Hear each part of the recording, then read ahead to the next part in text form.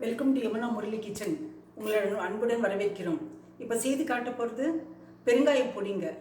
பெருங்காயம் பெருங்காயம் வாங்கி எப்படி பொடி செய்கிறதுன்னு சொல்லிட்டு உங்களுக்கு காட்டுறேன். ரெடிமேடாக விற்கிதுங்க பொடி. எனக்கு நான் பொடியை கட்டியாக வாங்கி அந்த காலத்தில் மாதிரி பொடி பண்ணி வச்சுக்கிட்டேன். நான் பாருங்கள், அது தேவையான பொருட்கள். இந்த மாதிரி பெருங்காயம் வாங்கிக்கிங்க. கட்டி கற்பூரம், கட்டி இது பெருங்காயம். உள்ளே அது ஓப்பன் பண்ணால் இந்த மாதிரி கட்டியாக இருக்கும் பாருங்கள். இதை பொடி பண்ணி வைக்கிறது சுலபதானுங்க. எனக்கு இது ரொம்ப மருத்துவ குணமுடையது. இது நிறைய உடம்புக்கு ரொம்ப நல்லதுங்க. பெருங்காயம் இல்லைனாக்கா ஒன்றும் ஆகாதுன்னு சொல்லுவாங்க. சாம்பார், ரசம் எல்லாத்துக்கும் பெருங்காயம் போடணும். இது தூள் பண்ணி வச்சுட்டா உங்களுக்கு ஈஸி. இப்போ செய்து காட்டுறேங்க. பாருங்கள், ஸ்டவ் பற்ற வச்சுக்கிறேன். டைரெக்டாக இதை ஸ்டவ் மேலே வைக்கிறோம்.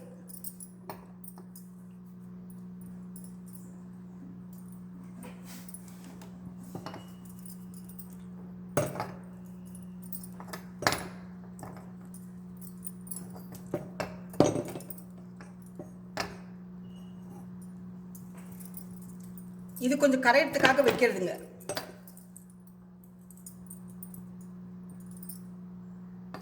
ரொம்ப கெட்டியாக இருக்கும். இது கொஞ்சம் சாஃப்ட் ஆகணும். இது கொஞ்சம் சாஃப்ட் ஆகிறதுக்காக நான் அடுப்பில் டைரெக்டாக வைக்கிறேன். நான்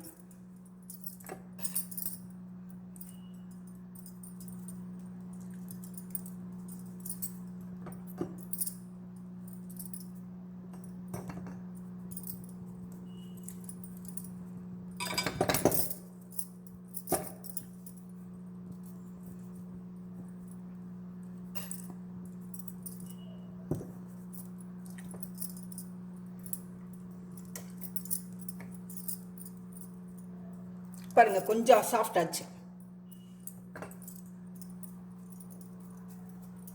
சாஃப்ட் ஆகலைன்னா மறுபடியும்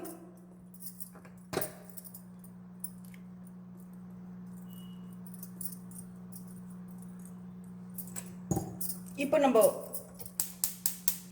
கொஞ்சம் மிதான பிறகு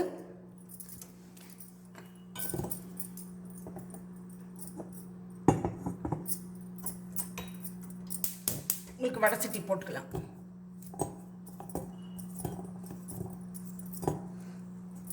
வடை சட்டி நல்லா சூடான பிறகு இது கொஞ்சம் சூடாயிடுங்க. வடை சட்டி சூடாயிட்டு இது சூடாகிறது ரொம்ப ரொம்ப நேரம் ஆகும். அதனால டைரெக்டாக இதை ஃபஸ்ட்டு கொஞ்சம் சாஃப்ட் பண்ணிவிட்டு அப்புறம் வடை சட்டியில் போட்டுக்கலாம்.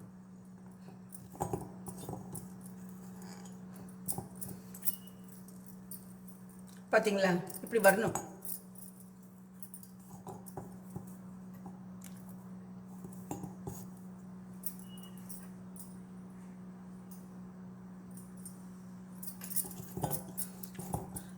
திருப்பி திருப்பி விடுங்க, சாஃப்ட் ஆகட்டும்.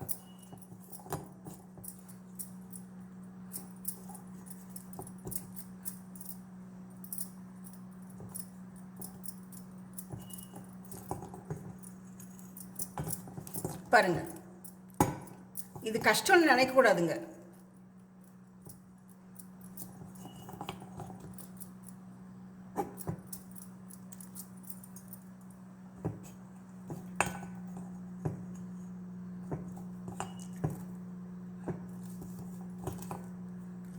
இந்த மாதிரி கொஞ்சம்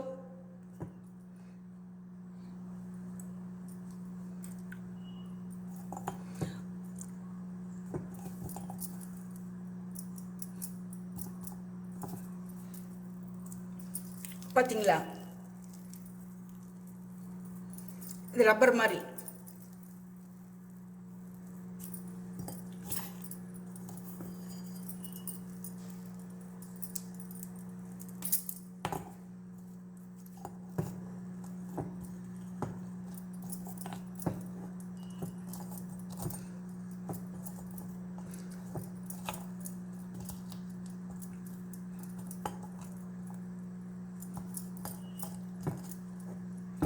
பாருங்க, இந்த மாதிரி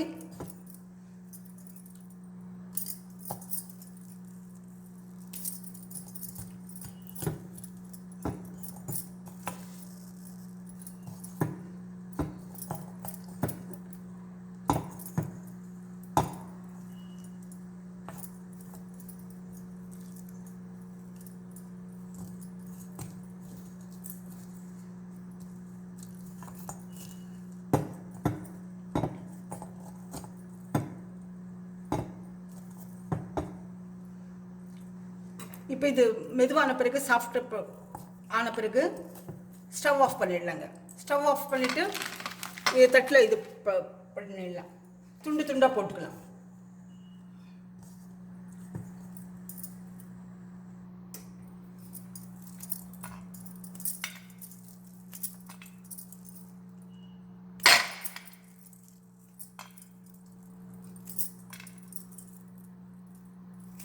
பாருங்க,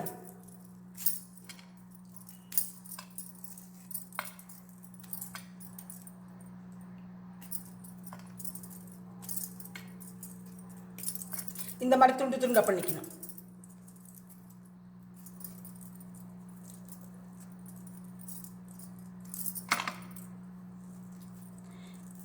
இது உடம்புக்கு ரொம்ப நல்லதுங்க. மோரில் போட்டு சாப்பிடலாம். கொஞ்சமாக பவுடர் போட்டு உப்பு போட்டு.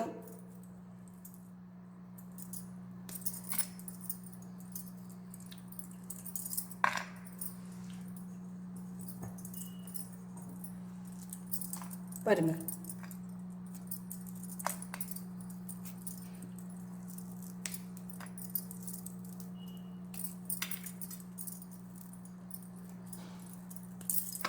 இந்த மாதிரி பாருங்க.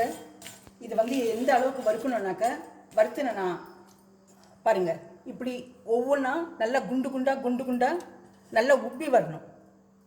பாருங்க, எதுக்கு சூடு எனக்கு தாங்கும்.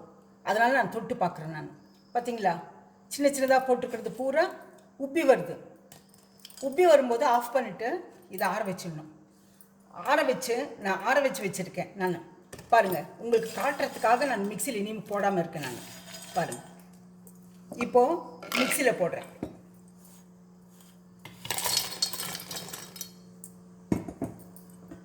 மிக்சியில் போட்டு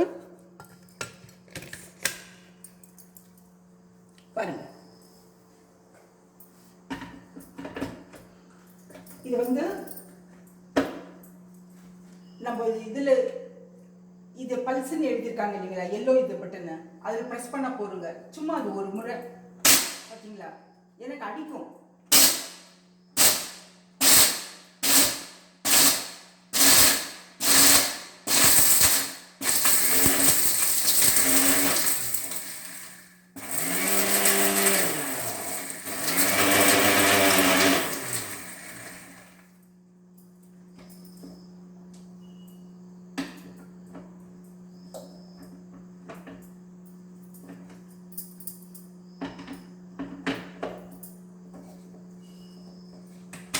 இதை நைஸாக தூள் பண்ணிட்டு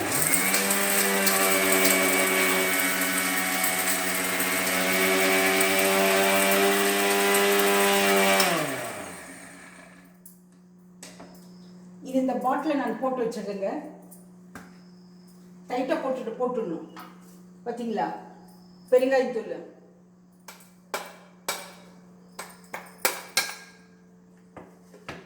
இது 2 மாதம் ஆனாலும் நல்லா இருக்கும்.